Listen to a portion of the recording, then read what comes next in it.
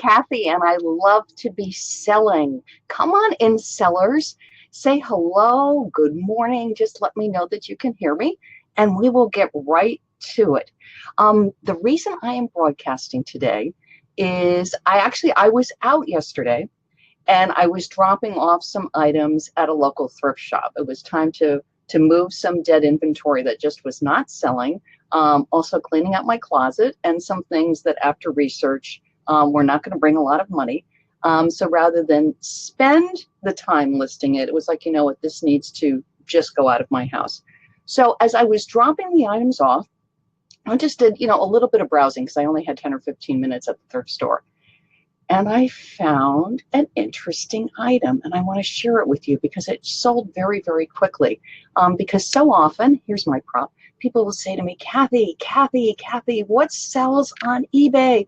Tell me what sells on eBay. I want to increase my sales. I want to increase my inventory. And they are looking for what sells on eBay. Good morning, Marilyn. How are you? Good to see you.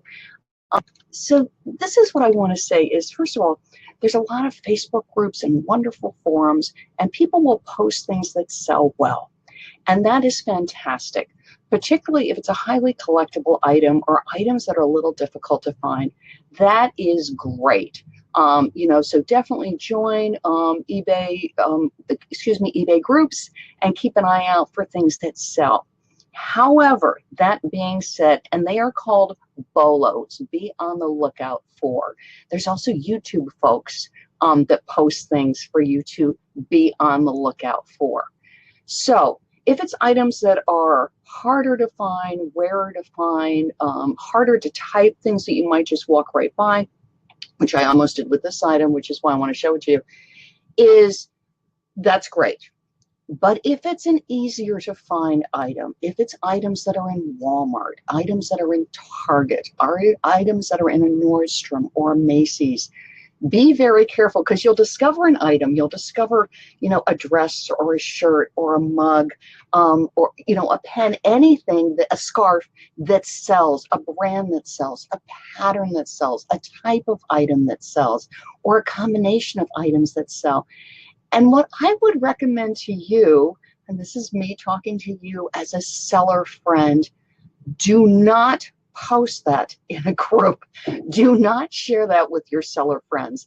Perhaps if you have one very, very close seller friend, excuse me for a second, that you really, really trust and sort of, encourage each other and coach each other, that's great.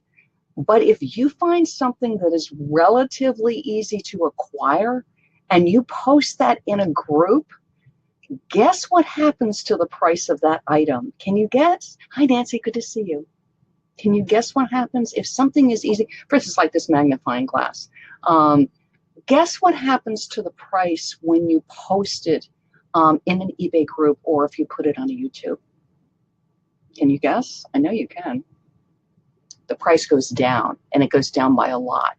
So let's say the magnifying glass sells for, you found it, like this particular brand is really desirable. It sells for $30, $40, $50, $80, $100, and you can get a bunch of them. So you grab a bunch of them and you list them, and you're like, yay, I'm going to triple, quadruple, or more my money.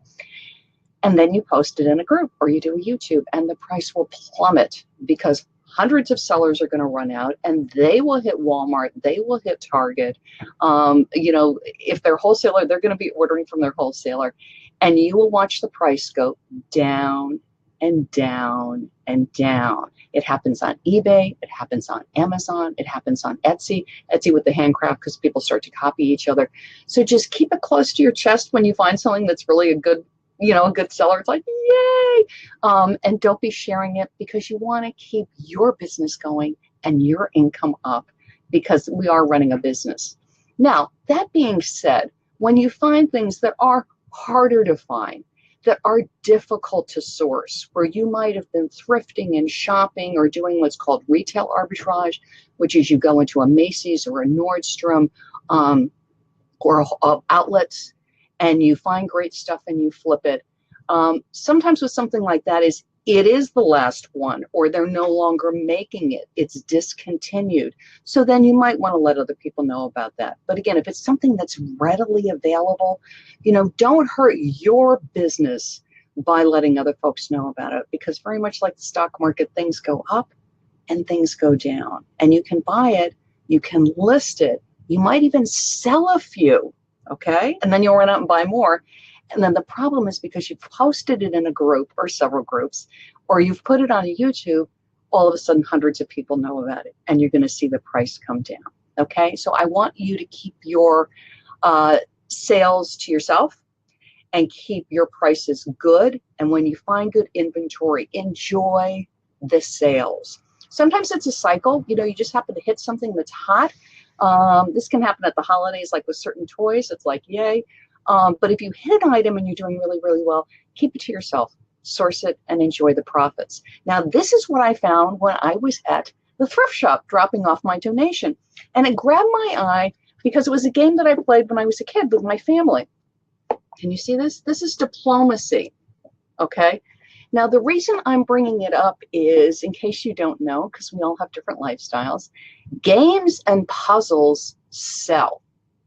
Now, that being said, the condition matters very much, and the addition, and that's what was so interesting about this, because this does not have a barcode on it.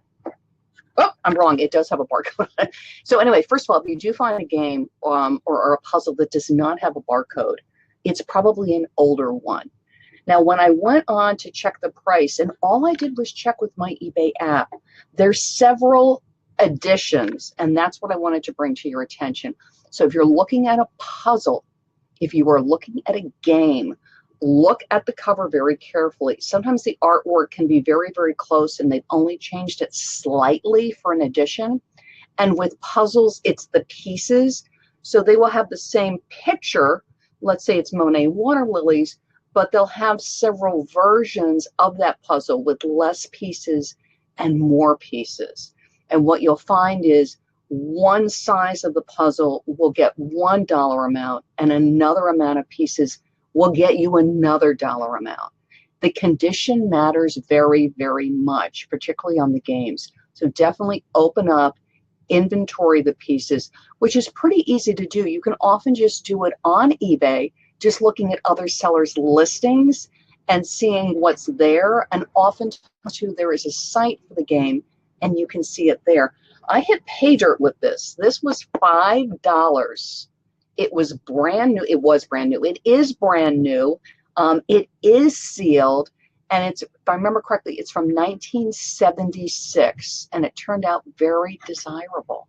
And that's why I'm showing it to you. So if you see diplomacy, and also keep an eye out for other games, check the edition, check the condition.